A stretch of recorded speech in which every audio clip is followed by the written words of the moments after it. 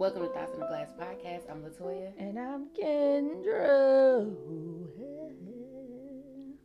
And this is a weekly podcast where we share our unfiltered thoughts and opinions on a variety of topics. So sit back, relax, and grab your favorite drink and join us on a conversation of real, raw, and ridiculously funny commentary. Period. Every drink. Every week we do a drink of the night, Kendra.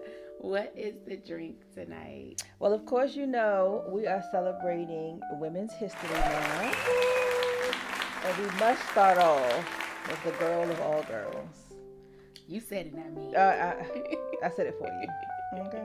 The best friend of my friends in her head. Okay. Miss Benonce. She has a drink called the Brown Derby, and that's so fitting. And you're going to use 2 ounces of her SirDavis whiskey. 2 ounces because we're making. Remember, when I do this, I'm making it for 2 people. 2 ounces. So it's 4 ounces of the whiskey, 2 ounces of grapefruit juice, an ounce of lime juice, and an ounce of honey syrup. Now we like ourselves a little bit more sweet, so I did about 1.25 ounce just to give it a little boop. Put it in your shaker, serve it, and we just added a little grapefruit slice. Oh.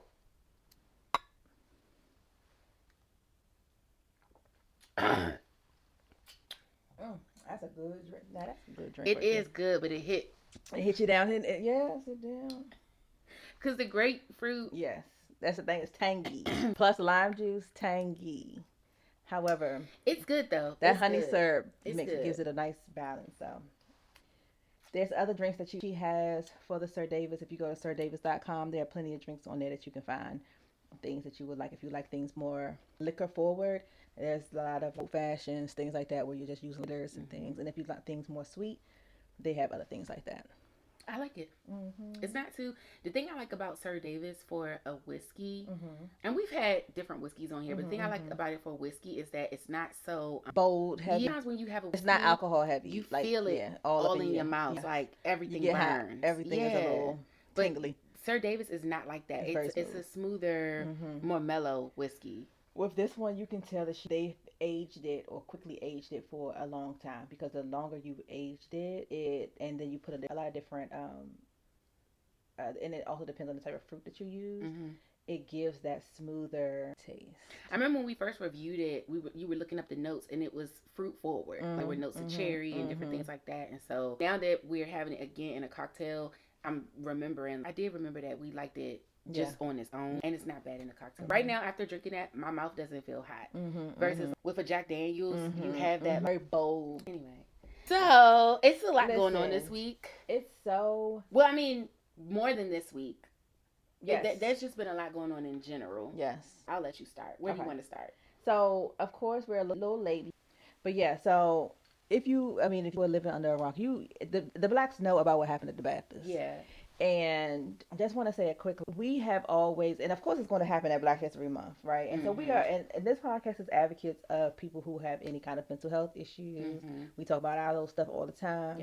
And we're understanding. However, your mental health issue does not overshadow the blatant disrespect, in my own feelings. That's number one. Number two is, like, we always are, it's easy to get away from the fact that, and being called ableist and different things like that, when you say, well, they shouldn't have been in the room, whatever. And I think this is when we say holding yourself accountable. When you're in a situation where you know that you blurt out things that can be cause to make someone feel a certain kind of way. It might not have been saying the N-word. It could have been, commenting on a woman, or calling a woman a B, or calling her a cunt. It could have been a whole host of different things. But if you know that's something that you do, it would behoove you, knowing that, to say, hey, I would love to be there, but I don't want to offend other people. And I cannot help which the situation I am. But even with that, I don't want to be the cause of someone else's not having a good time. I think that is the main issue, right? For example, and this may not be a great example, but if you have a child who you're like, oh, we're going to this event, I want to be there, I want my child to experience it, but you know that they may start crying or they may start showing off. like I say, this may not be a great example, but this is how I think about it. As the parent and as the one that is responsible, in your mind, you have to go, we may not be able to stay long. Right. Once he starts showing off, I may have to go to a back room or something like that. Like, I still want to be there. I still want to experience it, but I know what I'm dealing with. Right. And when I get to that point of, now this thing is becoming disruptive, thing is becoming an issue, I'm going to go ahead and excuse myself, take my crying baby to another area. Exactly. And if he calms down and we're able to come back, maybe we can come back. Mm-hmm. If he starts showing off again, we got to leave again. Right. To me, it's simple. It's the whole, it's just the, and this is what you said that made me think of this. Thinking about how it's going to affect other people is the biggest thing. Because you, as a person living with this disability, how it affects you. And nobody's saying that you shouldn't be a part of things because of how it affects you, but you also have to think of how this affects other people. Yes. And as you're considering that, what are some things that you can do to ease or to even get in front of how this is going to affect other folks? Exactly. And so personally, I think it's deeper. I'm just going to say how I feel about it. I think that people don't understand the different layers of racism. And while a lot of people who are non-Black, while they may not believe that they are inherently racist because they're not doing the big overt thing, there are subtle racist actions that people take all the time. We call them microaggressions, but this is a prime example of that. You may not think that you're inherently racist, but in your mind you think so little of the people that this affects that you're not even considering, I might hurt somebody's feelings with this. Yep. And then on top of that, now you're saying this in a room full of a crowd of people, but a lot of those people, even with, how do you say his name? Delray.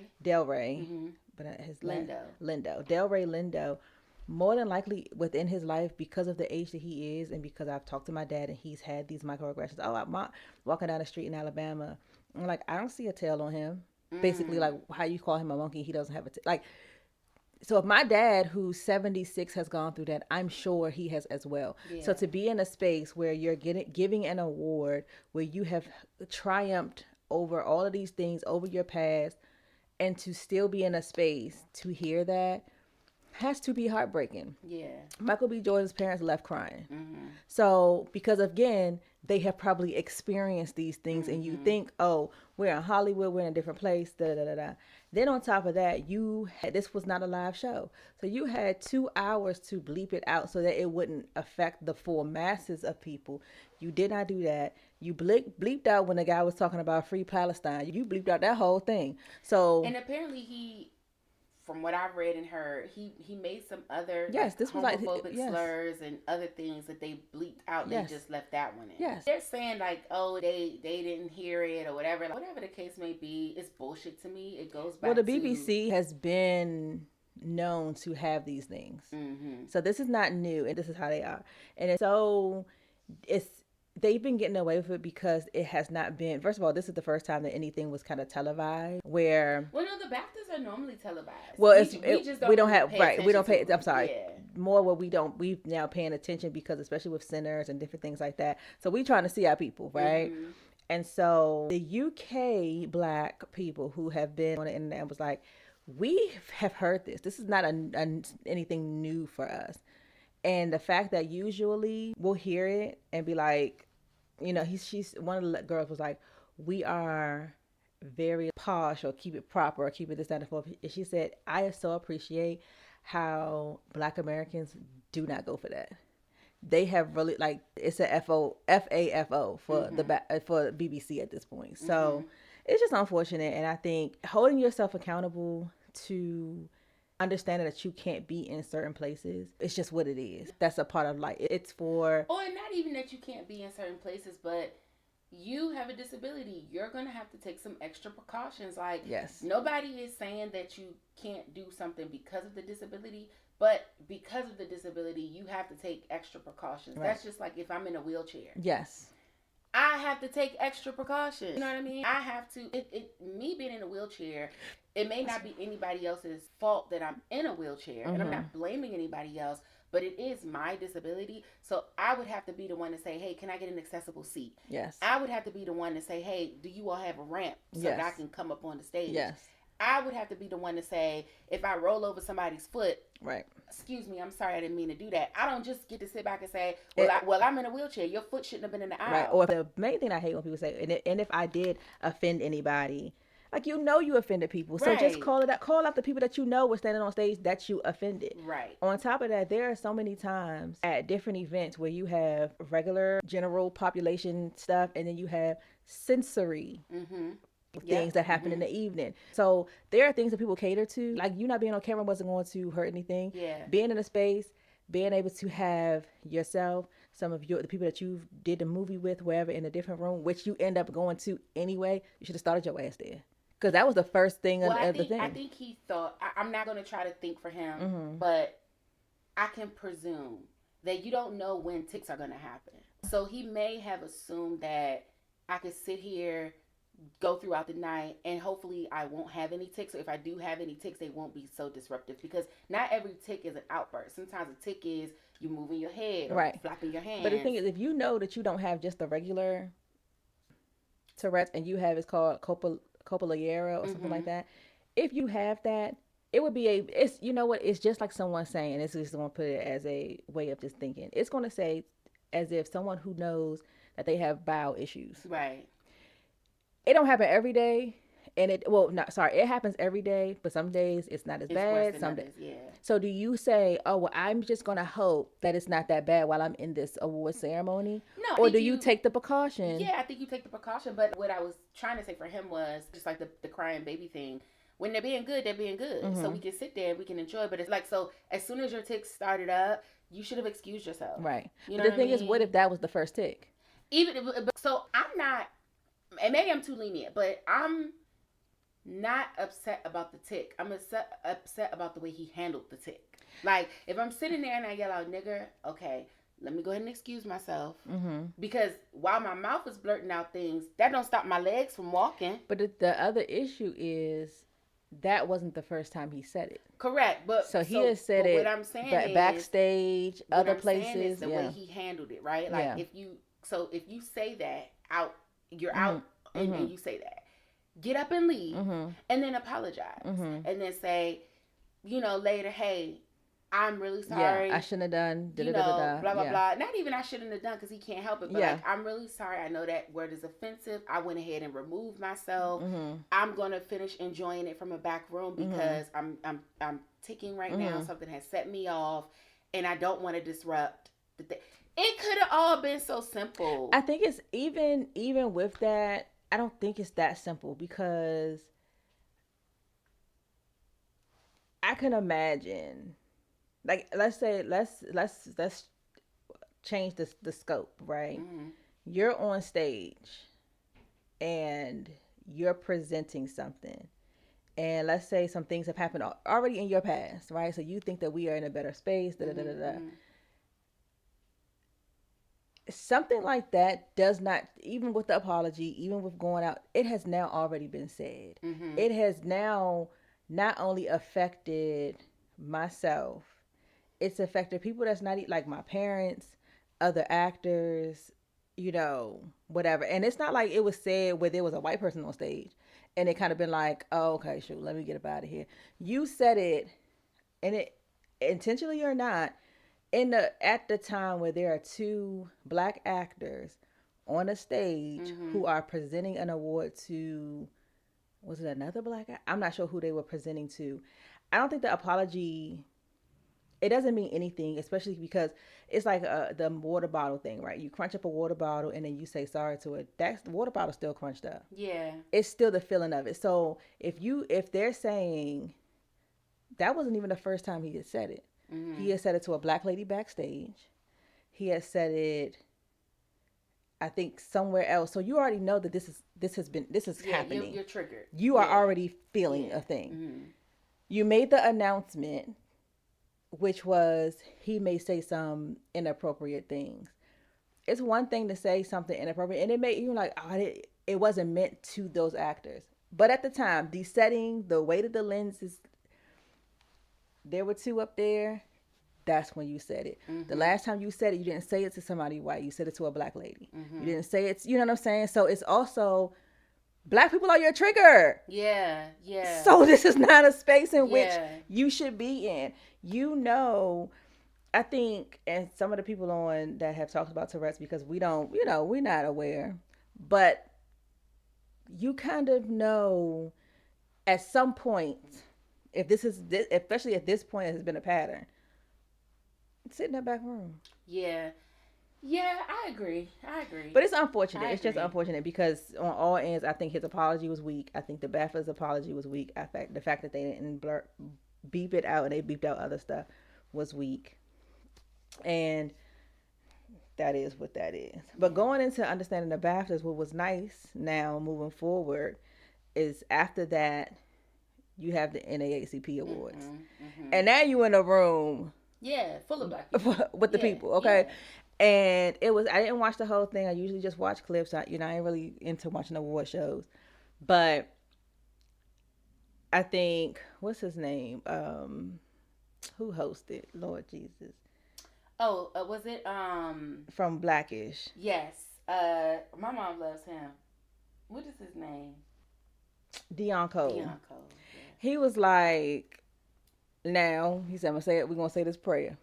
He said, Lord, if there's any white men in this room that got Tourette's and think they're going to say a racial stuff, please allow them to understand the space that they in, and it ain't going to be the same. Right.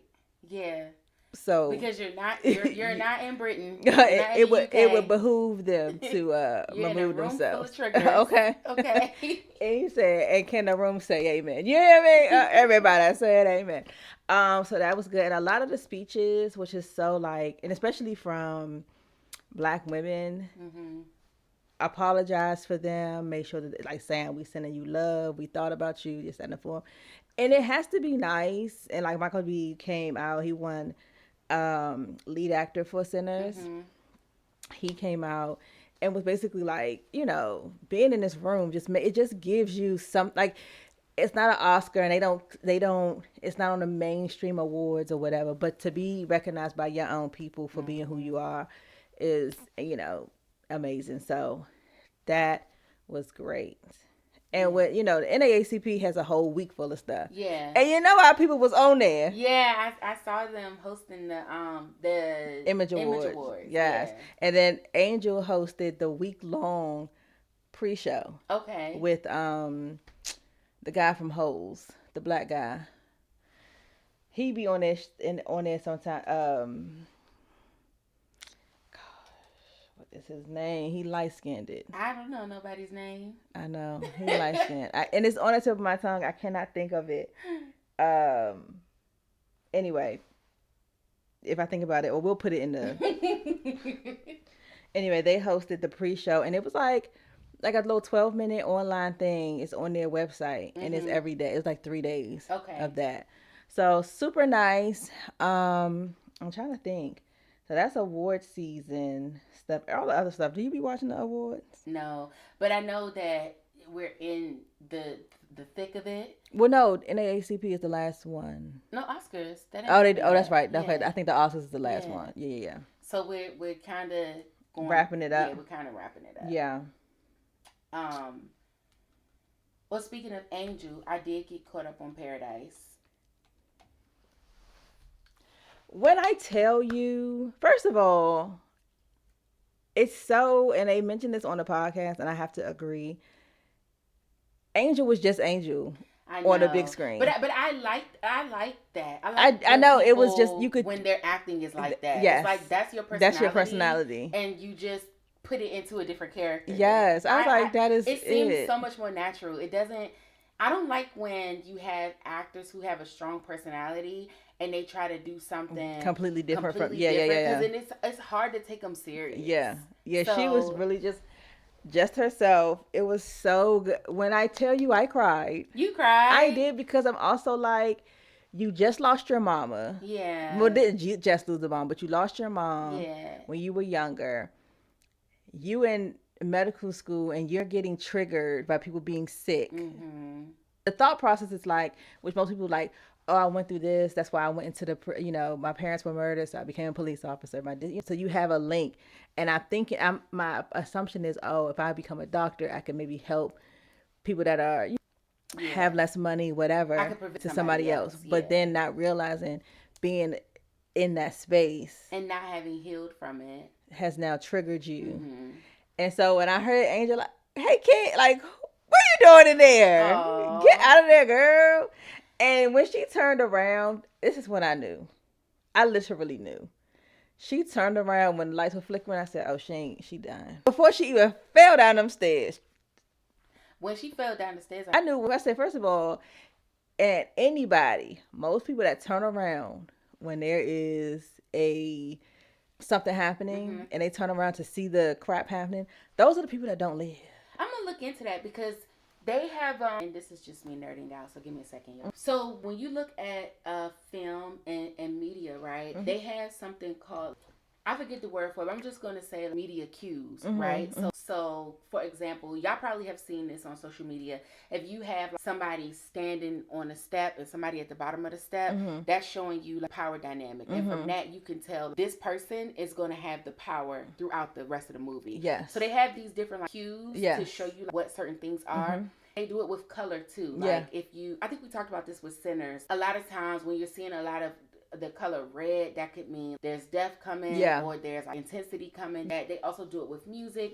Certain different music cues can let you. That's when I know the things is about to happen. So I'm gonna research that because I wonder if looking back at the disaster, if that's a cue like that people purposefully put into cinema to let you know something. Yeah. Because I've never picked up on that before, but now that you're saying that, I wonder if they did that on purpose. So it's two that I've seen. When you look back, like, so if you've already put yourself as a secondary or like kind of like a throwaway character, then it happens. Because now I'm thinking, like, do you remember Vivica A. Fox in Independence Day? And she looked behind her. However, she was a stronger, getting it done and jumping over and doing the thing. She was too active to be the one dying. But she wasn't the only one that looked, though. Right, but what I'm saying, as a character in the... Because there was, like, no other people around kind of thing. But it'd be those, I'm telling you, the look backers. What's the other one? In Jurassic Park, the people that look back. When the people look back, either they're getting seriously hurt and you may see them at the end, like, because they survived from some BS. For that storyline, I knew that girl was about it there. Okay, so getting into Paradise, digging deeper into it, besides the fact of seeing Angel, which I don't know if it is because we are fans that anything they do is like, I'm so excited about, or if it is, and it could be both, or if it is because how they have shown their journey, and so a part of me feels like I'm going along on a ride. So an accomplishment for them feels like an accomplishment for me, even though I ain't getting paid by nobody. However, so I was excited to see her, but one thing that I did not grasp and understand, just from strictly a production standpoint, making this TV show and pulling in the audience into the story, what was the point of Angel's character if she died at the end of that episode? I can tell you. Spoiler. I mean, hello. I can tell you because I was watching some of the other clips of interviews that they've had, or someone asked, what was the reason? Yeah, what was the reason? We spent so much time invested in these two characters, pretty much half the episode, just for that storyline to end, and now we talking about some other shit with her. Because I think what ends up happening is it sets you up for how long she had to be alone, right? So she started out this thing where she lost her mom, she's going through this thing, now she's crying because she left medical school, she this, that, and the fourth. I think you don't see it, but it arranged itself as this person has now put me back kind of on my feet. Okay, so is it this thing of everybody I get close to, I lose? Yes. And so that's why she can't go with the guy at the end. Correct. Because everybody she has gotten close to has left her. Exactly. Okay. All right. And I think because she mentioned, and it wasn't like I didn't cry because Angel died. I was upset. I was heartbroken for her. Because now she don't have You nobody. have lost your mom. You kind of felt, and then you could see the glow in her while she was doing the tours and things like that, and just her relationship. Because she ain't saying nothing to nobody else. Right. She was like, "You go get the stuff. Come on, we got to get this together." So that also shows there's a actual bond and relationship. I wouldn't say mother-daughter, but it was definitely a relationship. Yeah, because she also seemingly that was her only friend.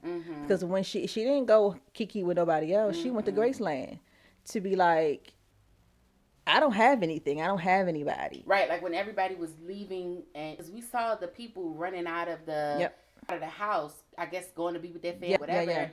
They didn't leave. But I also feel like what kind of gave me a clue that Angel's character wasn't going to be around long. I thought they could do it either one or two ways.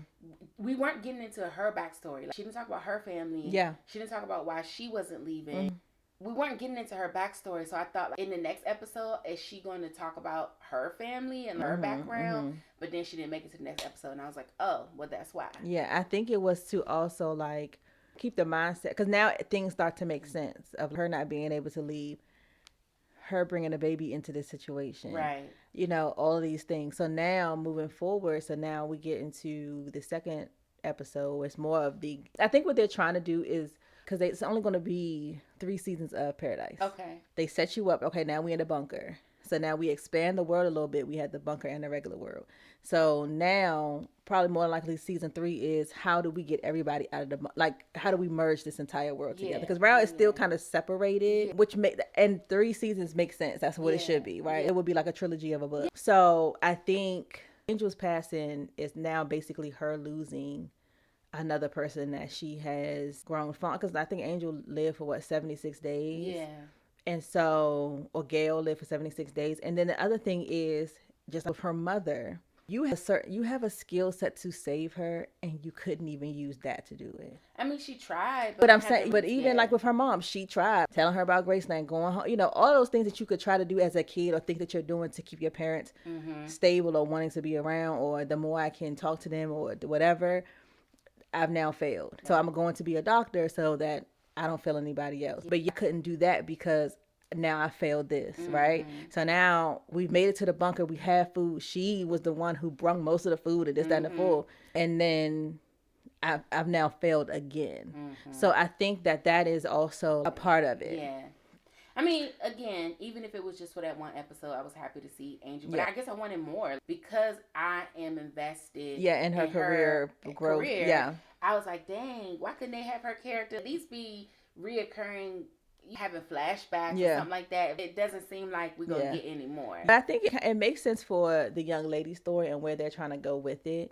It just doesn't make sense for there to be a multiple person in a bunker. If there wasn't if it wasn't like 7 people, it just doesn't make sense for these 2 people to make it all the way to the end together. It just doesn't.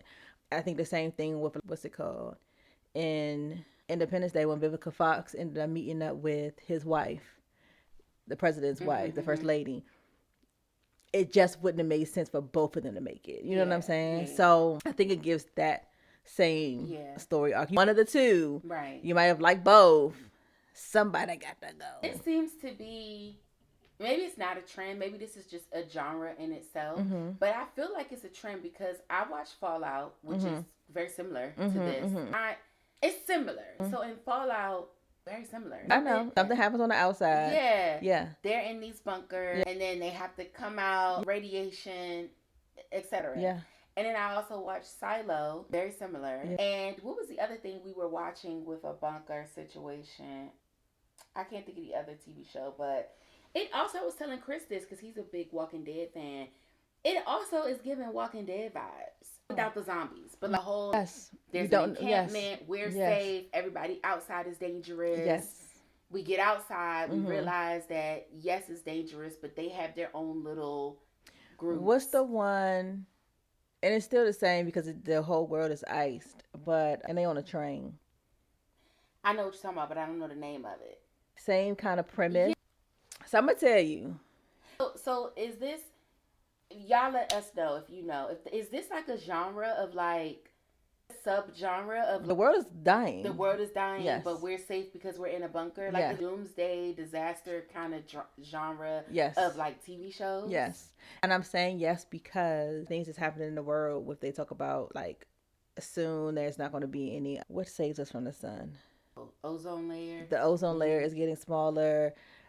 All the people got bombs. All these things, I think it's someone's reality. There are people that are doomsday preppers. You even saw that in the episode of Abbott. Like this is not like, I believe just like before, with Independence Day and all of the UFO shows and movies and different things like that, I think it goes off of what the world is kind of getting itself prepared for, because that's what's interesting to people. Because I think the main source is, who are the survivors in this crazy world? You have Naked and Afraid, Survivor, all of the things of who can do it, who's the chosen one. So so Paradise. So okay, must see. Staying on this craziness, I guess sci-fi. Is this yes sci-fi? Yes. Did you see that Ryan Coogler he had been working on a reboot of the X-Files? No, I didn't. It just got greenlit with Hulu. So the actor that's going to be leading it is Danielle Deadwyler. She was the mom in Emmett Till's The Till movie. Okay. She was the mom. So I don't know when it's going to be released. I don't know when it's going to air, but I did see that this was a project that Ryan Coogler had been working on for a while, and I guess it's gonna end up being on Hulu. Okay. X-Files reboot. So if you're into X-Files, with a black main character this time. I'm gonna tell you, Moldy and Scolder, wasn't it? Yeah.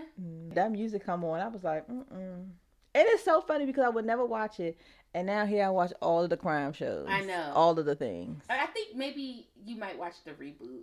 Maybe because we were so young. Yeah, that's true. Because let me tell you something. Goosebumps. Yeah. I was not watching Goosebumps. You didn't watch that? Hell no. Jeepers Creepers.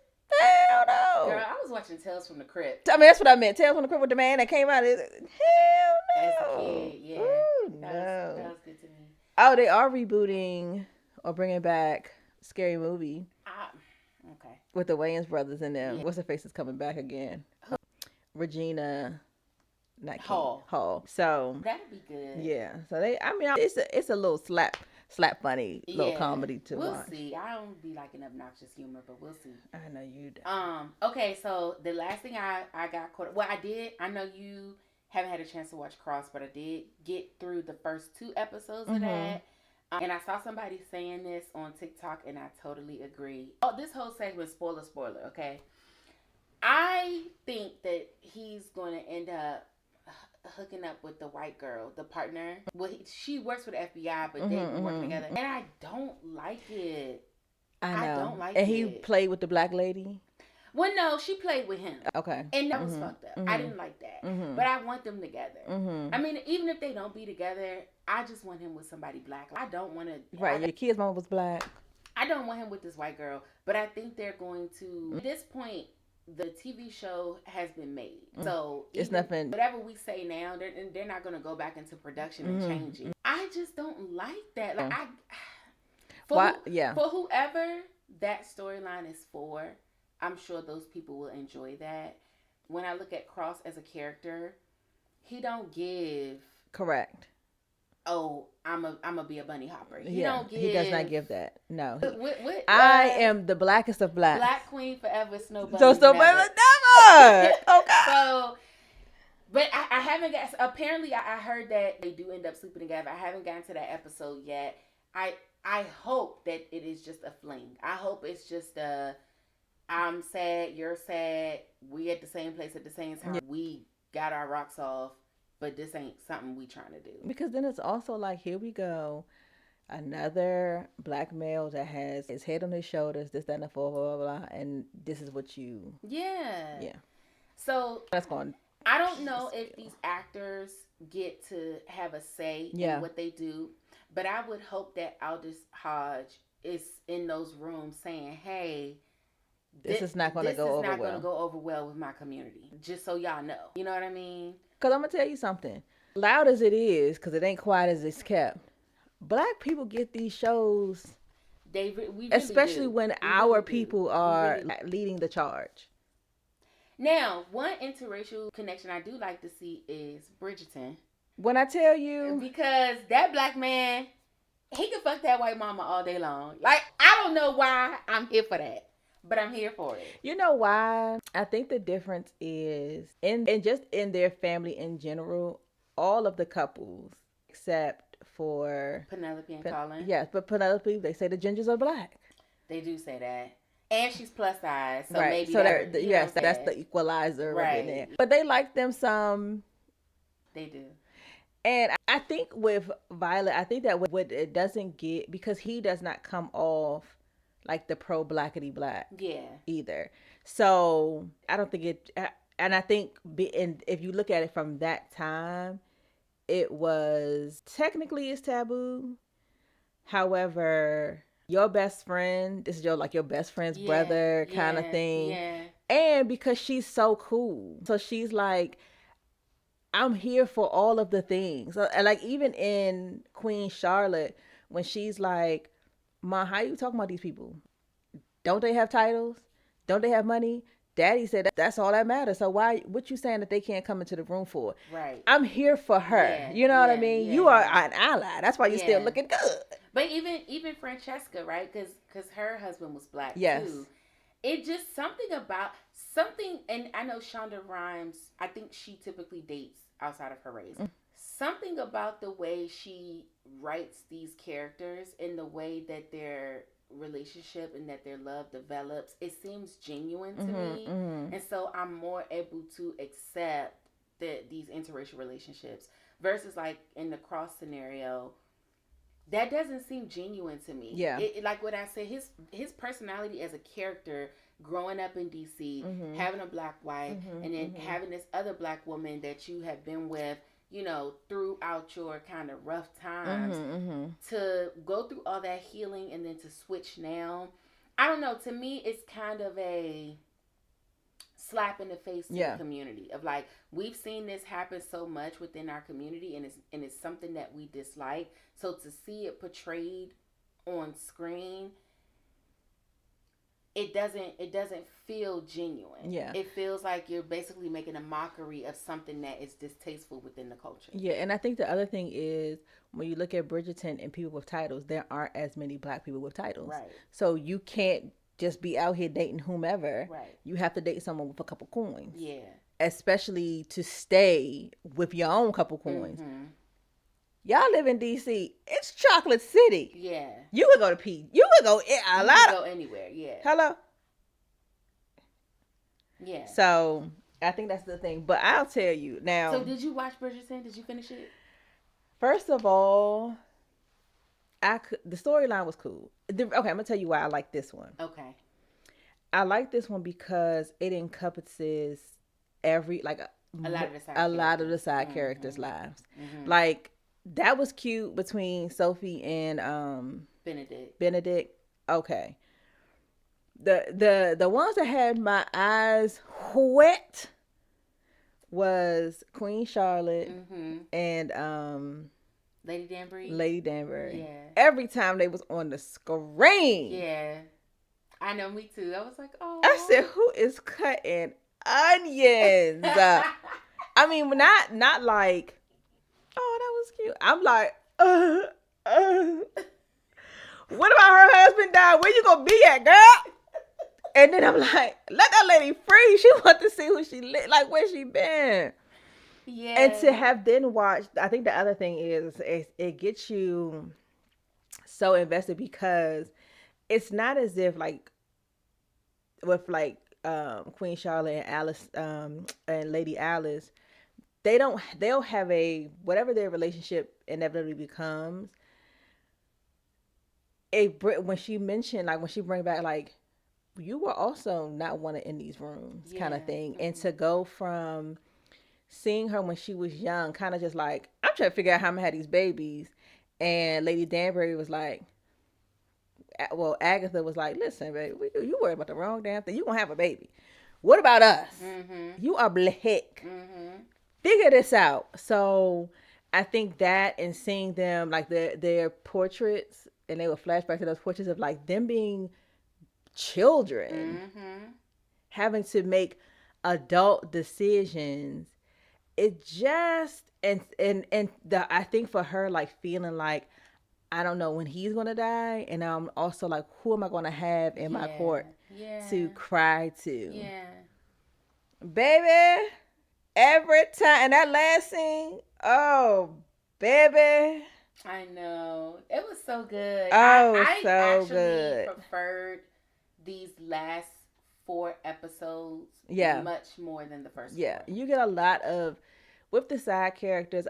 I can, and then like even with Violet, understanding like I like kicking it with you, but I'm also feeling a fire that I haven't felt in a very long time, and I don't want to lose that. And he like, baby, I need a wife. But I'm kind of mad at Violet because you played, because at first he was like, we could just do this, it ain't got to be no strings attached, and she was like, well, you don't want to be attached, and then he was like, I mean, yeah, but then she like, well, I don't know if I want to be, girl. But I think what happens is it's like the firsts, right? You go from being like super single and still like only, there for your kids or about your children, to meeting someone that's like, oh, maybe I can, because you miss that, right? You miss being in a relationship, you miss having a companion, you miss all the things. And I think if they hadn't been intimate and they just like kind of casually dated and he offered, I think it would have been different. Yeah. But I think the risqueness of betting someone while your kids is down the hallway, the scheming with your own, like I think all of that then be like, now if I marry him, what if he stops all of the fun? Yeah. So I think it's the same thing. Like I'll say for me, right? When I'm like, oh, I'm thinking about maybe I want to have another baby. Well, the mindset is, yeah, you want to do that only because this is what you've been doing for so long, right? You've been a mom for so long. So the thought of that not being the thing anymore, and now you literally have to go figure out who you are outside of this life, it can be scary. So I think it was scary to feel like, I don't want to just be like a little concubine, like a little kickback thing. Yeah. But then it's like, but the kickback thing and my kids, like I think Benedict knowing and being like, do you? Because I'm going to do me. Yeah. Also, it's like, maybe I don't have to be this way. So I think she went through a plethora of emotions. But he like, girl, let me let you go. Together. Yeah. let me let you go. I'll be around, and I'm kicking it with Susie Ann over here. I don't think that's gonna go over well. No. As soon as she see him showing interest in somebody else, she's gonna not be cool with it. She was already looking kind of crazy when they was at the ball, and he was kicking it up with them. He like, what you doing over there? Take me through that day. And then I'm mad. I'm so glad I saw it on TikTok, so I'll go back. I didn't know they had the wedding within the credits. Yes, they did. I don't watch no credits. They did. So I got to go. Why you didn't? I don't. They also in all of them they do after credits, like a little scene. And I don't. It's just like it reminds me of the Avengers. I don't want to sit after the credits. Yeah. So I'll go back and watch that. But that I enjoyed it. One thing I'm curious to see how they're gonna play it out. And I've said this before in the book, Francesca's husband, Kilmartin, his cousin is a boy named Michael. They switched it to a girl named Michaela. After he dies, she ends up marrying his cousin. So I'm trying to figure out how they're going to play that. Because I think they already trying to bring in this little lesbian angle. They are. Because they, like, the way they was kind of looking at each other or whatever. But back in that day, that's definitely not flying. I can't get married. So I'm just interested in how this storyline is gonna go. And I think that's why she left as well. And I'll say when they got married, when they left and they took Eloise, I thought Eloise and the cousin was going. No, I knew that wasn't gonna happen. Okay, as far as the love matches, they are following the book, but how we get there is not following the book. So Eloise is her book is called When He Was Wicked or something like that. In the book, she ends up being with the black girl that Colin was in love with. In the book, she ends up being with that man because that girl, Marina, kills herself, and has to raise the kids on his own. Somehow, Eloise sends a letter to Marina to check on her. He reads the letter, responds to Eloise, and says, "Hey, she killed herself, blah, blah, whatever." Eloise start writing to him and being like, "How are you? What's you holding up, blah, blah, blah." They become pen pals. Gotcha. And then he's explaining to her how tough it is to take care of the kids on his own. And then Eloise is like, "Well, I have 8 brothers and sisters. I know how to deal with kids. I'm going to come and help you out." And then they build a relationship from that. That's what happens in the book. I don't know if they're going to, I don't know how that's going to happen in the TV show. One thing that they have been consistent with is the people that the people are with in the book, they're with in the TV show. So unless they do something totally different, Eloise is supposed to end up with Marina's widowed husband. So, this is the lady that had the twins that called him, right? Yes. Would they have already set up his in postpartum depression? Yes. So maybe they are following because that. when Colin went to see her, right, you could see there was something going on. That happened with her. When Colin went to see her. She was feeling very like that happened in the book. But what ended up happening is Colin and Penelope, their relationship took off. So he never went back to check on her again. And that's how Eloise got involved. Because Eloise and her were friends. Yeah. And when Colin had came back and was saying how she was, that's when Eloise was like, "Well, we need to check on her. So that's how Eloise got involved. By the time Eloise checks on her, she'd already killed herself. So I don't know how they're going to do it, but so far they have stayed true to the matches. Except for changing Michael to Michaela. I guess they're trying to bring in a lesbian element. But I just am curious how they're going to do that because they couldn't get married back in that day. And it may be a situation where they just move in together. And maybe they move to France a little bit more... liberal. But I liked it. Yeah, and I definitely enjoyed the side characters. I like Alice. I like Alice's relationship with her husband. It's so loving. And just even how they got there, I think they just understand. We also came for nothing, so we're good. And I like that Lady Danbury kind of did what she did to elevate. Yes, Alice. Because now I feel like she has more of a substantial role within the ton. Yes. Instead of just, because they're not even... Her and her husband still don't have a title. Their son has a title. So now that she is the Queen's Lady in Waiting, she may not have a title, but she is elevated. Yes. Within the time. So good. All right, so I did want to talk about, so we have, with it being Women's History Month, and I know this is kind of old. However, the women was doing a thing at the Olympics. They were. They was winning medals and having a time. Absolutely. And it's so crazy because, so it's out of the 12 gold medals, women won 8 of them. And it is crazy that we're in 2026, we're still saying the first Black person to do. Child. But Layla Edwards was the first Black woman to be on the U.S. Olympic hockey team. So now she's the first woman to hit a goal, because she hit a goal in that game. And the first woman to have a gold medal. Oh, wow. Because they ended up winning gold, which is amazing. So with Layla Edwards at 22 years old, still in college. That's awesome. You have her, and then you have Alina Myers-Taylor for bobsledding. So she's been in... Also Black? Also Black. These are all the Black people. I'm going to list the Black folk first. She's been in the Olympics for a very long time. She's had silver and other medals. This is her very first gold medal at 40. I think she's 41. Oh, wow. If I'm not mistaken. Then you have Erin Jackson for speed skating. So she won. We're getting into some sports that we don't know to be in. Right. And then Kelly Curtis for skeleton. Yes.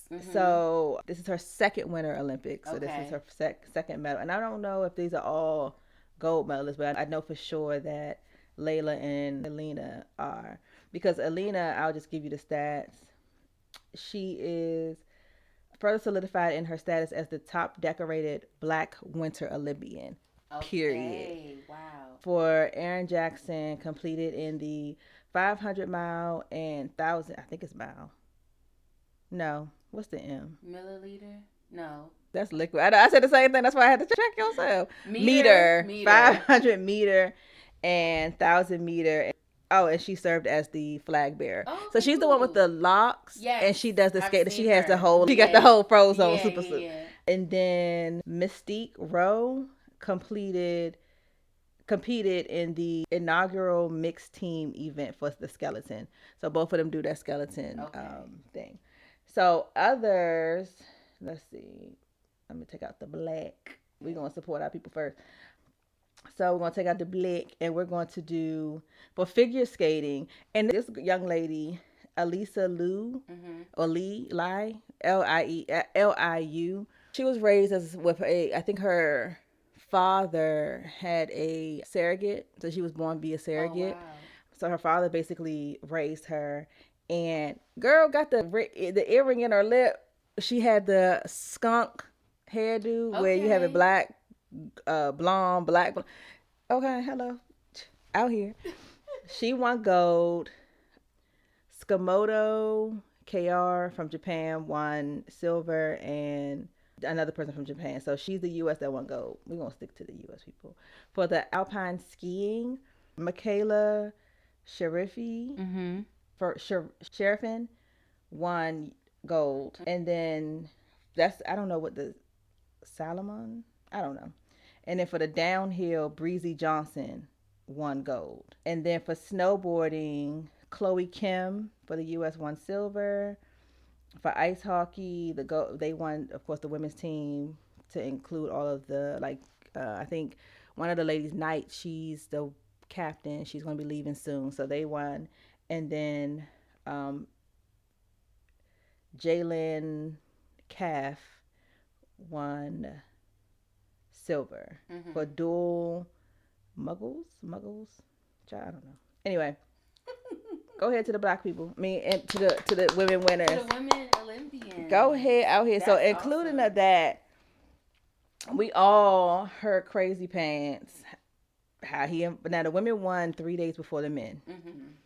Crazy Pants. No one calls the women. No one from the administration is at the game. In their locker room. We don't hear anything after their celebration. Now, I will say Layla went on a bunch of podcasts. She went on Jason Momoa? No, so it's Travis and Jason. Jason from the Hawk. They would play the Super Bowl together. That she went on his wife's Kelsey's podcast, and so by herself first, then the whole family. When I tell you, Layla's mother was on here being the blackest of black. I know that's right. She was doing like a get ready with me's. First of all, blonde hair, short blonde hair, glasses, very black, earrings, her child's jersey with the number 10, hockey pucks. Talked about her nails. She was like, I got these pants from the Walmart. Yes! When I tell you I'm up in here. As she should be. And what ended up happening, once they knew that she was going to Milan, her family started a GoFundMe because she wanted them to be, because they ain't got the coin to do it. They raised $65,000. Oh, wow. And were able to take 10 family members. Her 91-year-old grandmother was up in there. Oh, you know? So nice. So she was on a bunch of stuff. She met with Kelsey, then the whole team ended up going, and then she was having like a mukbang or tasting with Megan Thee Stallion. It was just so nice. It was just so nice. And so then she was on a lot of different, of course, news broadcast and like morning shows. Just basically the first thing they asked, well, how does it feel? You know, this, that, and the fourth. And then the Kelsey boys, the Kelsey boys are from Lincoln Heights. I think that's like New Jersey or something like that. That's where Layla's from. Oh, cool. So then they were also like bonding over that. Yes. Yeah. So nice. But Kelsey, what's the lady name? That's not her name. Cause that's the last name. That's the last name of the boys. Yes, but she's married to them, so her last name is also Kelsey. Oh, okay. But her first name, it eludes me. I don't know. Anyway, I don't be knowing white people stuff. I know you don't be into white people business, but anyway, and she is so pro women. It's so crazy. Mm-hmm. It's so crazy. But anyway, I like her podcast a little bit. She had Michelle Obama on before. She's had a couple of different folks on there, but it was good. So that so with that foolishness that happened with y'all's president and the gentleman, and they laughed about his little undesirable joke. Our friend of the pod, Flavor Flav, comes out with his clock. Because, I don't know if you remember, but when they took, not Simone Biles, what's the other black lady that they took her bronze medal? I didn't know nothing about this. From gymnastics from last year. Not Jordan. Yes, they took her bronze medal and gave it to the other lady, saying that she didn't do something, and then they put in the the fight back, and they were like, oh, you didn't put it in enough time, when they have documentation that they did put it in enough time. So anyway, during that time, he was like, I'll make you a bronze clock, and because you deserve whatever. So inevitably, they are now going through the motions of getting her bronze, trying to get her bronze back, because they gave it into like a Japan person or whatever. Anyway, Flavor Flav heard about the foolala. The U.S. women's hockey team was like, but no. Right. Very classily was like, oh, we have other obligations, school stuff. We are in the middle of our seasons. It just wouldn't work out. Yeah. In other words, fuck you and your invitation. Hello. So Flavor Flav was like, hey, I know you're not going there. However, if y'all want to come to Vegas, we can celebrate in Vegas. He done got these airlines trying to fly them out. I know that's right. Hotels. And then they was like, if they stay at that one hotel was like, well, if they stay there, we'll send makeup artists. We'll give them spa days. So we'll do this.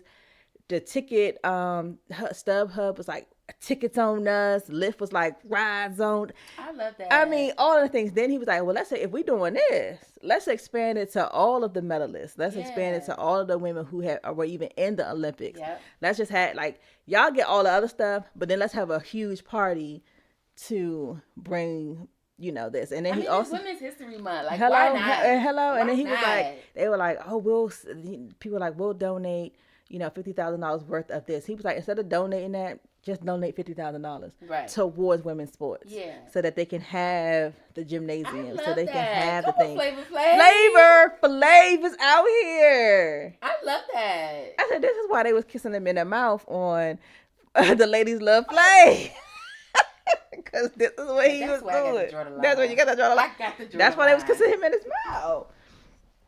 So good. So I was like, I wanted to make sure I bring that up, because if if you have the opportunity and even think about it, the WNBA has definitely started making a track forward to making sure that they get more eyes on them, more money, different things like that. It may not be something that you want to indulge yourself in on a regular basis, but if you have nothing going on, it's a Saturday, it's a women's hockey game on, put it on in the background, and just so that they can see the numbers, so that they can see the eyes, so that these women can get paid. I was in a meeting for work on Friday, because I ended up working Friday, and one of my team leads said that she was like, we're not watching men's sports anymore. Get these women's sports going on. I could get with that. Because I could get with. In every sport, the women is going on. Yeah. The women is going on. I was being women's pro this week. Yes, you should. That was my week. I was up in it. I did do a little, we went over the weekend to the Black Boys Art Show. Mm-hmm. Enjoyed that. When would they have? Well, I guess it was still in February. It was literally the last day of the last day of February. And it was a beautiful day. It was. We was downtown, so nice. Just on a train, so nice. Having a time. Other than that, I just was being black. And a woman at that. Hello? As you should. How was your week? What you had going on? It's been busy. So last weekend, I went with my girlfriend Shantae to Cup of Tea, which is a small, I guess I can't call it a cafe, because they don't really serve coffee. She does shots of espresso. Is that still a cafe? Yeah, that's still a cafe. So this is a cafe in Waldorf. It's Black owned, really cute, really nice. The lady that owns the business. She used to have a herbal mobile herb shop where she sells loose herbs and teas. And now she's turned that into a flagship location. We had a good time. And then this weekend, so remember I was telling you I had a whole bunch of stuff to do. I didn't go on the trip. Excuse me. Friday, so I went to the happy hour thing with my old coworkers from a job I had like 3 years ago, and we still meet up regularly. And a couple of people are getting ready to retire, either retire or go overseas, do different things. And so they wanted to get together so that, I don't know if it'll be the last time we see those people, but they ain't gonna be as active. And that was really fun. With stuff like that, it's interesting because with stuff like that, it's like people that have been there for a while and we all know each other, and then there's like a new group of people that you don't know. But it was cool. Everybody was introducing themselves. I was networking, pretty much in my element, and I really enjoyed that. I gotta get myself together though, because I'm always trying to hook people up. Matchmaker, make me a match. But then Chris said I'm not good at it because I haven't made a successful match yet. Well, sometimes you got to stop. But I just be wanting people to like be in love. Yes. So anyway, I was doing that and they were like, girl, sit down. But that was fun. Saturday, I had a great time at the Realm 1 holiday party with Tiffany. It was so good. And maybe because I haven't been to a holiday party in a while. But I thought they did a really good job. So it was at the Gaylord. They had it set up really nice. The food was good. Shout out to the Gaylord. The food was good. So they did a barbecue setup. So it's barbecue brisket, macaroni and cheese, greens, cornbread or dinner rolls, something like that. But then they had seafood salad. They had a Mediterranean salad. And then they had regular pasta salad. They had hush puppies. Somebody was black in the back. Crab cakes. Black in the back. It was good. All the food was good. Yes. If I wasn't downtown, I'd have put on a jersey. And I was shocked because I was like, barbecue, macaroni and cheese. But it was good. The greens were very seasoned. It was good. They had the entertainment of the night was a guy named Chris Michael. He's a mind reader and a magician type situation. He was good. I'll tell you a couple of tricks he did. The first, he was working the room, talking to people, doing little table tricks. That was nice. The first trick he did on stage was he asked a random person, he was like, hey, I have a drink underneath this towel. What do you think the drink is? And you could pick any drink, whatever you want. And the guy said milk. And the dude was like, I thought you was going to say Bud Light. So he took the cloth off and it was a can of Bud Light. So he asked him, he said, play around with the can, make sure it's sealed, it's not open. Anything you tap on it, flip it around, blah, blah. So he was like, it's not open, it's sealed, whatever. And so he was like, what color do y'all think Bud Light would be? So everybody was like, yellow, whatever. So then he said, I want us to focus our energy on the can and let's see if we can turn it into milk. And so then he told the guy, don't play with me. He told the guy to crack the can open and pour it. A random guy from the audience that said milk. And he was like, why did you say milk? He's like, do you have little kids at home? What's going on? He was like, it's just random. And he was like, are you lactose intolerant? He said, yeah, I am. So then he was like, okay. So he cracked it open and y'all milk came out. Then he was like, I know you're lactose intolerant, but just take a little sip just to ensure the audience that this is in fact milk. The guy drank the whole glass of milk and he was like, yeah, it's milk. And he was like, I want you to take this can back with you to your table so if anybody wants to inspect the can, they can. I don't know how he did it. And why are we drinking a whole thing of milk when you lactose intolerant? Right. And so then he said the next trick is going to be in the bathroom tonight when you... Right. But it was so good. He was doing tricks like that all night. He had us all put in random numbers into the calculator. When I say random. At first he was like guiding you in a different direction. Like, okay, well, what month was your, best friend born? Or what day? What year? Whatever. But then towards the end, he was just like, okay, give me a random number. First number off the top of your head. And he asked another person, like, take my phone and just randomly type in numbers. And she did. And she even dropped the phone and hit a random number. Like, she dropped the phone and hit a number by accident. And he was like, okay, I wasn't expecting that, but we can still work with it. By the end of it, after we had typed in random numbers, we was multiplying, subtracting, doing random numbers. And maybe this was a math thing he was doing in his head, but we was getting up into like the millions and billions. Yeah. At the end of it, the numbers that we all had on our calculator, it was the month, the day, the year, and the exact time that it was when we looked at the results. I don't have time for that. I was mind blown. I don't have time for that. That's witchcraft. I couldn't believe it. I'm like, how did he do that? And that's witchcraft. He was even like, give me a random number. You would say a number. He was like, okay, people gonna say that I made this up. So he was like, give me another number. Mm-hmm. Like this, a different random number. Mm-hmm. We switched to a different random number. It was crazy. So that was super fun. They had a photo booth. I'll drop down some photos. They had good music. So when you first got there, the guy was playing jazz, mm-hmm. but it was like songs that you know, but just in the jazz. Mm-hmm, you know what I mean? Which was cool. And then towards the end of the night, they started playing all the line dances, different little stuff. So that was fun. Me and Tiffany had a good time, just laughing, talking, joking. I just had a good time. I enjoyed it. And like I said, maybe because I hadn't been in a while, mm-hmm. but I had fun. I won the raffle. What you won? And I actually won it twice. So, okay, let me tell you guys this story real quick. So, Tiffany's brother also works for the company. Oh. So she was like, Terrence? Yeah. So since he didn't come, she was like, well, let's go get his little gift bag. Mm-hmm. So within the gift bag, it was some raffle tickets. And so I was like, well, I'm taking his raffle tickets. And she said, you know what's crazy about my brother? He always wins stuff. Mm-hmm. So I was like, well, I'm taking his luck. So I put my name on the raffle tickets, and it was a bunch of stuff, but I had 4 tickets. So I put 2 tickets into the bin for the GoPro camera and 2 tickets in the bin for the meta glasses. And so when they would get ready to, and this was like, they had made an announcement saying, hey guys, we're going to do the raffle in about 5 minutes. So if you haven't already, put your tickets in, put them in. So I'm at the last minute trying to get my tickets in. So we go sit down, and as we're sitting there, I was like, all right, let me get prepared to win these meta glasses, right? I'm just, joking or trying to like boost myself up. So then Tiffany says, it's really the GoPro that you want, right? Just saying that's the better gift. Yeah. They get to the GoPro and call my name. I about died. I said, but then I said to her, after that happened, I said, now watch they call me for the meta glasses. Yeah. And they did.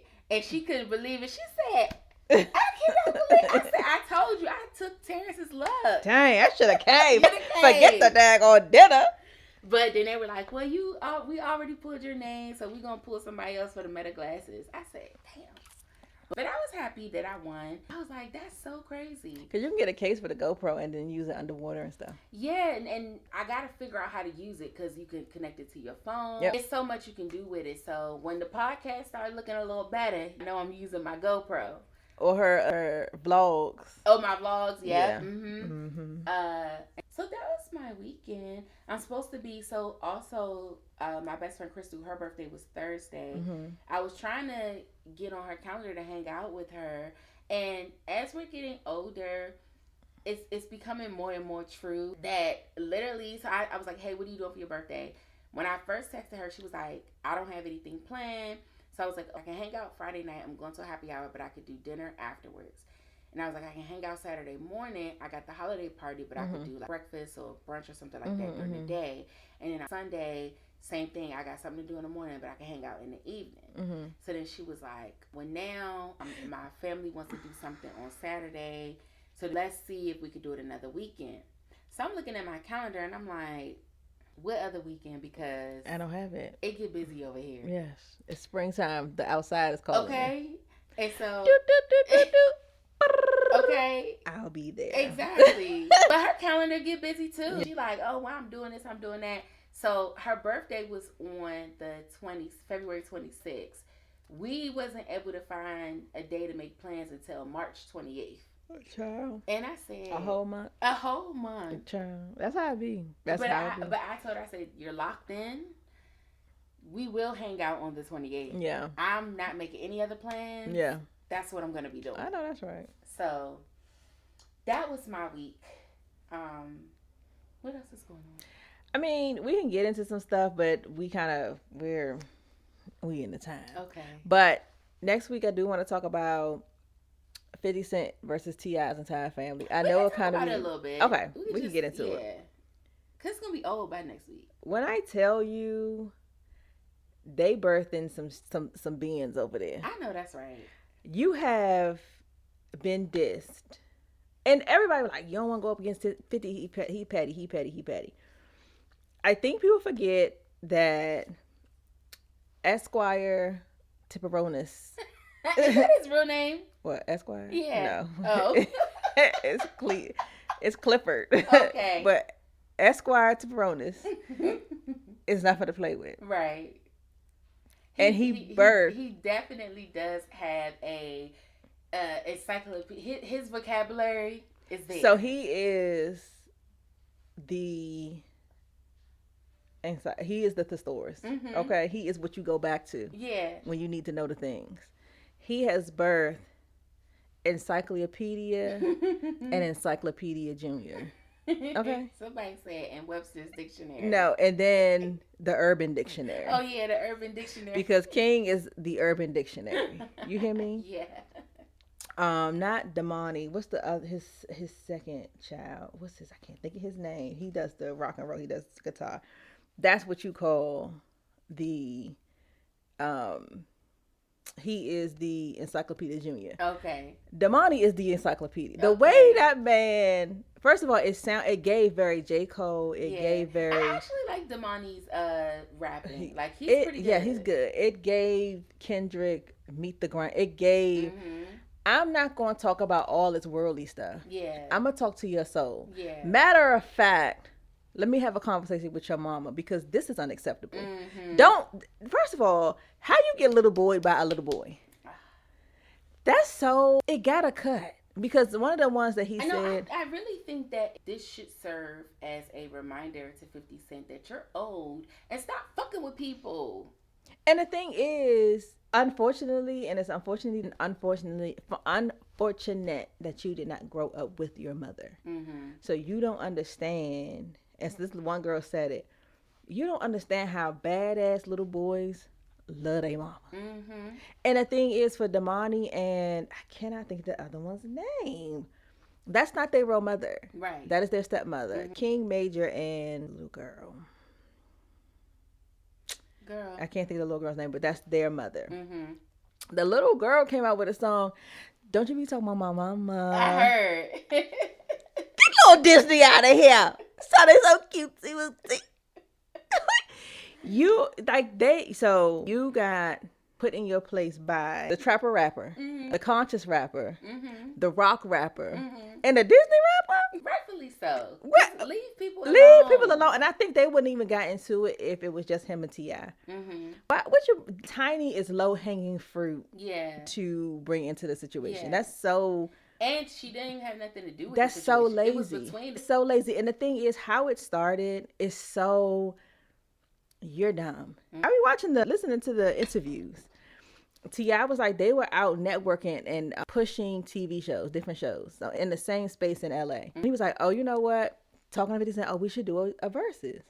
And so he was like, oh, that'd be cool. He was like, all right, well, you start it, and then I'll follow up being like, that was the conversation, according to T.I., so allegedly. Mm-hmm. So if that's how it started, and then you came back like, oh, nigga, I ain't trying to do no verse, like you trying to sun him. Mm-hmm. It's almost like you set it up to be beef. And the thing is, like you thought... You set me up to go out there and be like, oh, we're going to do this versus just so you could come in and be like, I ain't fucking with you like that. Because you tried to little boy him. Then on top of that, you still riding away from Diddy. But again, that's low-hanging fruit. He already had bullshit. We've known bullshit on him. Whatever T.I. and Tiny do because he went to jail, did all of whatever. But also, Diddy is not a street nothing. Mm-hmm. Diddy is a easy executive you can go after. Mm-hmm. It may not be T.I. because he has elevated himself to a space where that he don't operate in that sector of the world. That don't mean he don't have friends in that sector of the world. I think sometimes you got to shut up. And then you don't even have anybody to have your back. You don't have a relationship with your son. And the thing is, when somebody was like, how is your clout? It used to be women, money, drugs. His clout is, I got a family. I have a wife. I have a mother. I have kids. And you have nothing to bring to that table. Yeah. It gives very, like Kendra said to Drake, you don't have anything. You don't have a moral compass because you don't have anything behind you. Mm-hmm. That Harris clan is not to be played with. Yeah. Oh, I love that though. I love that the kids jumped in for him. And it wasn't for him. They jumped in that for their mama. They don't got time for that. No, I love that though. So his children, so you have King Harry, it's Messiah. Oh, okay. And he sure did read him like the Messiah. You hear me? He said, 50 cents ain't nothing but 2 quarters. I said, well, God, they bring the rock into it. God, ain't nobody got trapped. It's Harris is the little one, the Disney princess. Oh, okay. Mm-hmm. But yeah, Harris. Yeah. Thank you. Harris. My brother, girl. Yeah. All right. Before we close it out, I want to talk about the Lion King thing. Thank you. That's why I put it in the doc, because I was gonna forget. Yeah. I need you, because I didn't tell you, because I wanted you to hear this bullshit. Okay. Let me get it off TikTok. Hold on. Oh God, I was so like, how dare you? Right. So this is all right. So this guy tried to sing it. Hold on. Let me start over. Hold on. I heard you had a problem with Lion King. Why? Oh. What's up with Lion King? I love. So he says it, and he's like, "Shut up," because that's definitely not how you say it. All right, let me bring the computer up. Oh, no, listen to me. He didn't listen. No, listen to me. I've watched the Lion King. Sing it again. Okay. Oh, no. So he knows. So this is Zulu. What? Are you looking for something? I don't know. That's just. Let me tell you something. All right. What did I say? You said nothing. Is that Zimbabwe? That's Zulu. That's Zulu. South African. Can you do that? Yeah, I can do it. Do it. So Ready? you sing it like.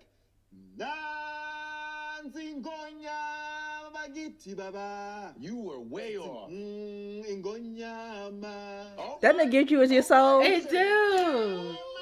Wait till you get this translation. Papa, you made up. You should sing it when I do it in front of white people. Oh my God! Oh my God! Hold on. Can you do that one more time? Do that again. Yeah. What does it mean? It means, look, there's a lion. Oh my God! You're joking. That is not what that means. That's what it Not means. what that means. That's exactly what it means. That's what it means. Look, there's a lion. Oh my God! It's a Look, there's a lion. Oh my God. It's a lion. It's a lion. It's at the end. I said, now this whole time, this entire time, I'm thinking that there's some fullness to what is good. Every time I hear it, it just does something in my soul. I didn't need to know that. But at the same time, it is a children's story.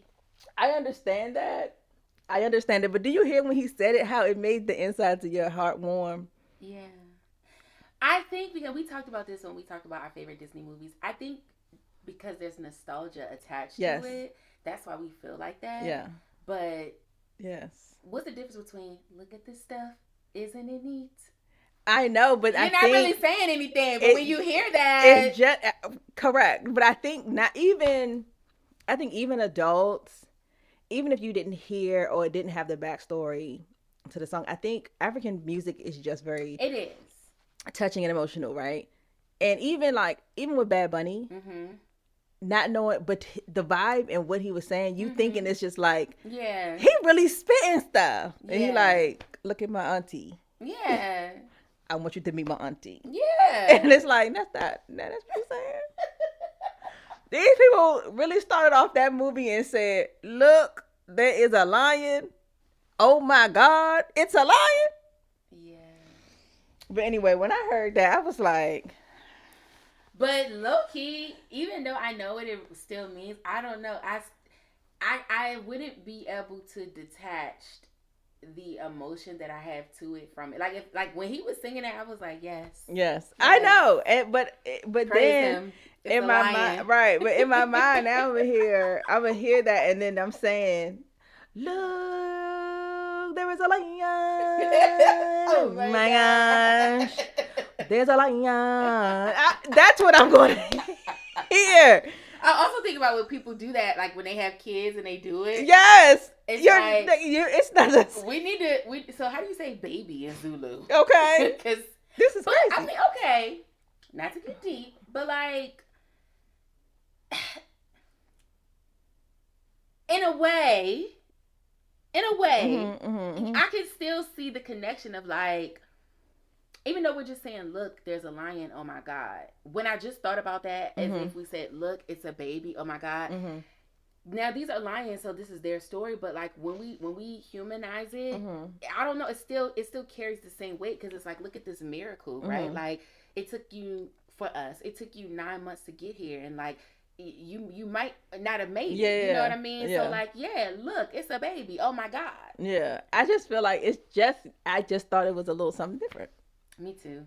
I thought, but what did you think it meant? I don't know. And I didn't need to know the actual translation. Because, I mean, he's lifting up the lion and he's showing it to all the animals. So, like, what did we think it meant? I don't know. Like, because it starts out like that, and then it has, like, the song. It's very inspirational song. Yeah. Because the song is about the circle of life. Yeah. So that first part is... now like it's I think maybe we're taking it out of context. I think we're taking the actual words and kind of keeping it literal, when the context is after all of this, you know, toil, like after everything, she safely delivered this lion cub. And so now he's saying to the pride, look, it's a lion. Look, the baby's here. Like, did it. Oh my God. But even with that, there is I get what you're saying, but that's not like near the end. That's the beginning. So in the beginning, you don't know what you're seeing, right? So they're being called that this king is like, I was thinking that it was something kingish, like very king. Yes, the king. Give me something. Look, there's a lion. Look, there's a lion. Oh my gosh. Well, clearly, because he done had daddy a lion too. Like, what are you talking about? This ain't nothing new. This ain't the chicken or the egg or the egg or the chicken. Right. Your daddy. It's a whole tribe of y'all. I agree with you. We didn't need to know. If it was something like the king is, to continue, because the song itself that's in English is very like, that's what I like. You like that because you also hear the rest of the song. Because the rest of the song that goes into the circle of life is very powerful. Now look, there's a lion. Oh my gosh, there's a lion. But anyway, so that I thought was hilarious. But it reminds me of how you see different artworks and things like that. And they'd be like, now what does that say? And it says Chinese takeout. But it looks amazing. I didn't need you to say nothing about what it said. Right. So in my mind, what do the Zulu people be saying? These motherfuckers is crying over, look, there's a lion. Oh my God. So I don't know. Maybe. I'm trying to think, do we have anything that's basic to us but so profound to other people? I'm sure that it is. But it just, when I saw that, it cracked me up. I do want to say one more thing, because we talked about Paradise. Have you watched the advertising rollouts of Paradise? I love it. His press run, I love it. Amazing. First of all, Sterling was on, it was on Not My Best Moment with Kevin. Yes. I fell in love with him even more. Because now you get a personable conversation about... Did we talk about it here where I was watching him and his wife's podcast and I was telling you it was so good? No. Well, because I know they do have a podcast. Yeah, you would enjoy it. So I said I want to watch it because I like Ryan too. Ryan Michelle Bethay. Yeah. I think it's another name. But I thought she had two. No, anyway. But yes. Bethay Sterling. But she does. She's off of Sterling. But, and I want to see what because she's in Paradise. Oh, is she? She's on Jane's backstory. I think it's Lady L. Bish. Who is that? So it's the heavyset, light-skinned lady that he did a press run with. And she's always given a name. Yeah. And she calls it, what was his name? Something Marquise. Yes. When I tell you, first of all, she's from TikTok. She does. Yes, like she does the yes, stuff like that. Yeah. So she has been mentioned. I think Sherry had Sterling K. Brown on. And so they ran a thing. And she was like, she be having big feelings. Big feelings. So in their press run, she popped, because he's watching what she was saying, and then she pops over and was like, just kind of having a conversation with him. And so she said, so how you out here letting Jane play origami with your edges? Yeah. And it's so black. The thing is, even though he's doing this press run for Paradise and it's a lot of white main characters, he is unapologetically black within this press run.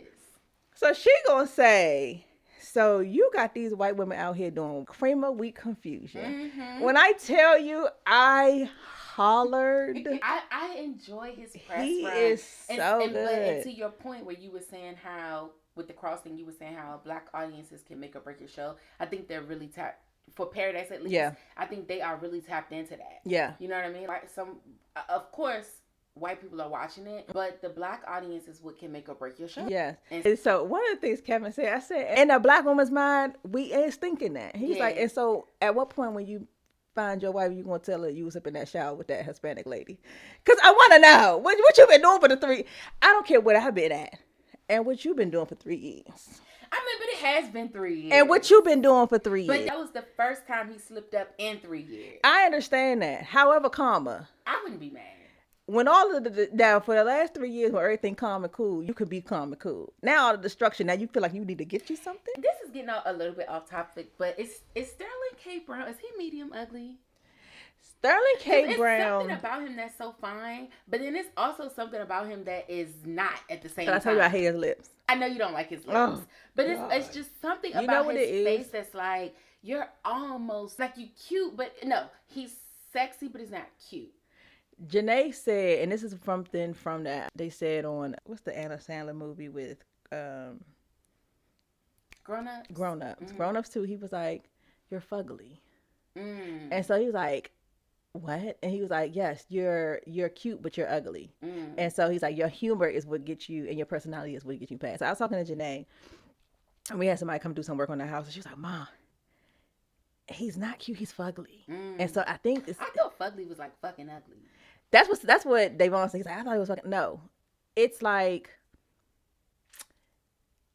I think they've reimagined it to like, you're not super, like you're not cute. Because no one's going to say it's cuddly. Something attractive. It's something about you that's like, I think it's like fun ugly. Like, you know how you know somebody that's like, now your personality is really getting you over. That's how I feel about Sterling K. Brown, but it's his personality. But then, and he's not ugly. It's also his physique too, right? Because that back. So it's that. I think he has really nice teeth. He has a really nice smile. He has a really nice personality. He does. And you know what it is for women, and I don't care what nobody say. He is like a comforting home. Yeah. And you know he's gonna protect you. Safe. He feels safe. And I don't care how unattractive you are or how attractive you are. If I don't feel safe, because even with, what's her face's ex? Tiana Taylor, and we can then wrap it up. Mufasa. Yes. Okay. He's not attractive to me. He not? No, I think it's something about, I think his eyeballs are too big. I think there's some things that I don't like. Yeah. However, I think there's a safety about him and a protectiveness about him. Aaron Pierre, that's Mufasa. I think that about him. It's a couple of, like, I don't think Kevin looks the best. On stage? Yes.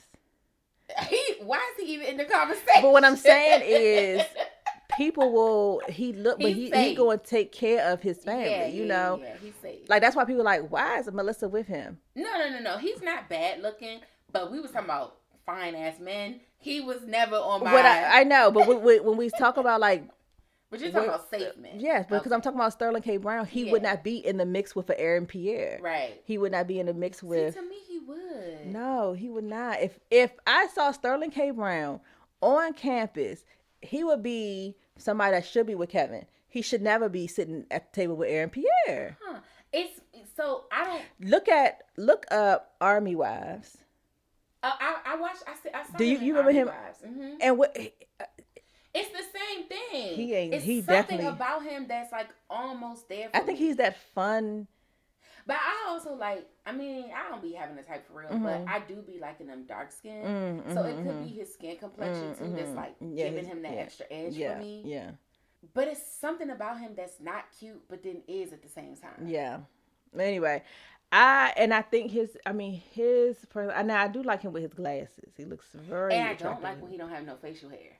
Like when they was doing the flashbacks and when he was clean shaven, I was like. That's why I said. And first of all, beards save lives every day, all day. Absolutely. Okay, that right there is the catfish of them all. Because I don't like Sky Black from All the Queen's Men. I don't like him without facial hair, and he is fine to me. I don't like him without facial hair. Yeah, it's ugly. Yeah, it's like ew. Yeah. Hide that face. Put it away. Stop immediately. Let me stop. But anyway, all right, that was another great episode. Long episode for y'all. I'll try to take it down, but it is what it is. No, it's gonna be a long, not super long, but it's gonna be a long episode because I started recording like right before we said hello action. Okay. So, but make sure you like, subscribe, hit the notification button, tell a friend to tell a friend. Drop down in them comments, and that's really what it said. It didn't say, "Look, there's a lion." Oh my God.